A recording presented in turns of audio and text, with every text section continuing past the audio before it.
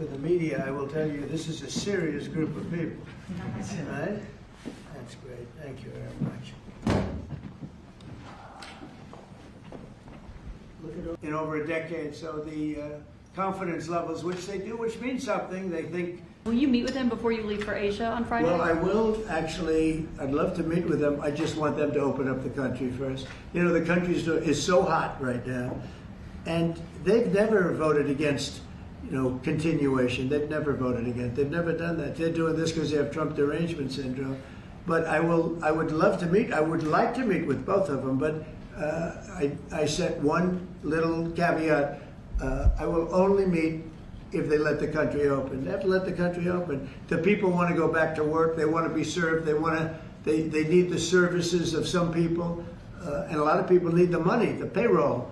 So I'll do it as soon as they open up the country. I'd like to meet. So you want me to tell the government, Mr. President? We want tremendous success, tremendous health. We're doing a lot of things in the world of health.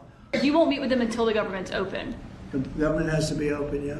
Mr. President. You know how long it would take for them to do that? Just say, okay, government's open, that's it. There is nothing. How long They're do you not think this could negotiating. go? What they're doing is saying they lost the negotiation, and when we got the great big beautiful deal done, they lost that negotiation. Now they're saying, well, we want to get some of the things we lost. But the problem is the things they lost are very bad for our country. We don't want to have people come over from all over the world, from prisons and all, and have them have their health care paid for. We want to take care of people that are American citizens and all. So they want $1.5 trillion of money to be wasted and jeopardize the health care of other people. We're not going to do that. So I would love to meet with them. We want the country open first. Mr. President. In the U.S.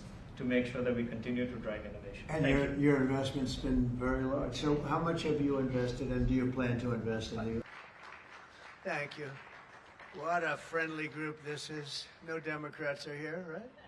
Japan, European nations, they call the Rose Hall, they call it different names, but you probably noticed, I don't know if you came, they did a beautiful job. They're great talents. They're very talented marble people I have, and they replaced it with insurance. So with us, it's the opposite. And it's a great bill. We don't need any more. And I want to just say, from the beginning, our message has been very simple. We will not be extorted on this crazy plot of theirs. They've never done this before. Nobody has. You always vote for an extension. Chuck Schumer and the Senate Democrats need to vote for the clean, bipartisan CR and reopen our government. It's got to be reopened right now. We're not doing that.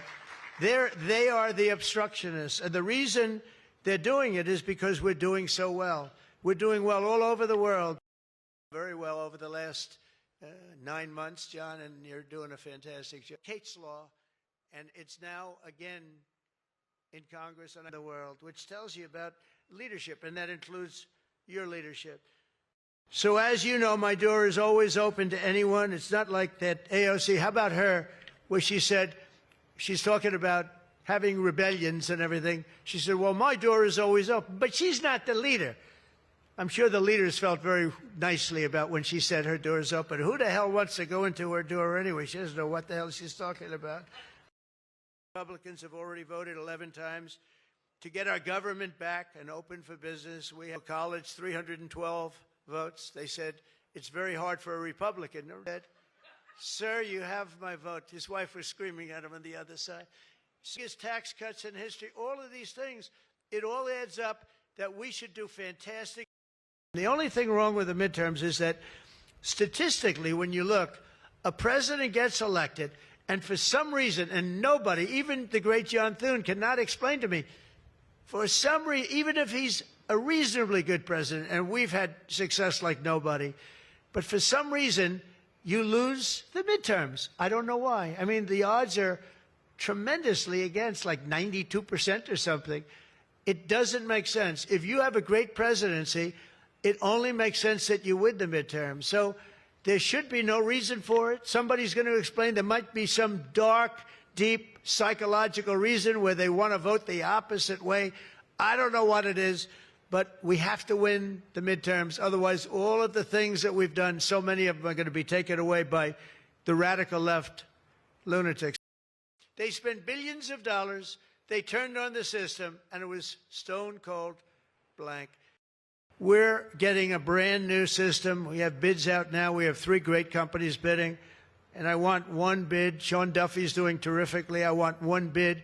I want just bid, and they're responsible for everything. Not where they had like 1,000 contractors. Every contractor, they were all running around. In the end, if one of them does a bad job, we want to be able to blame somebody, and it's going to be one of the very big companies because there's a lot of interest in it. So the air traffic control system is going to be rebuilt. Over 1 million federal workers right now, as you know, are going unpaid. That's the Democrats' fault. And you could call it the Schumer shutdown or the Democrat shutdown. You can call it whatever you want. And I will say this, that we have Darth Vader. You know Darth Vader, right? Darth Vader is a man who, I think he's sitting right. Is that Darth? Stand up, please, Darth Vader. Stand up. Does everybody know? They call him Darth Vader. I call him a fine man.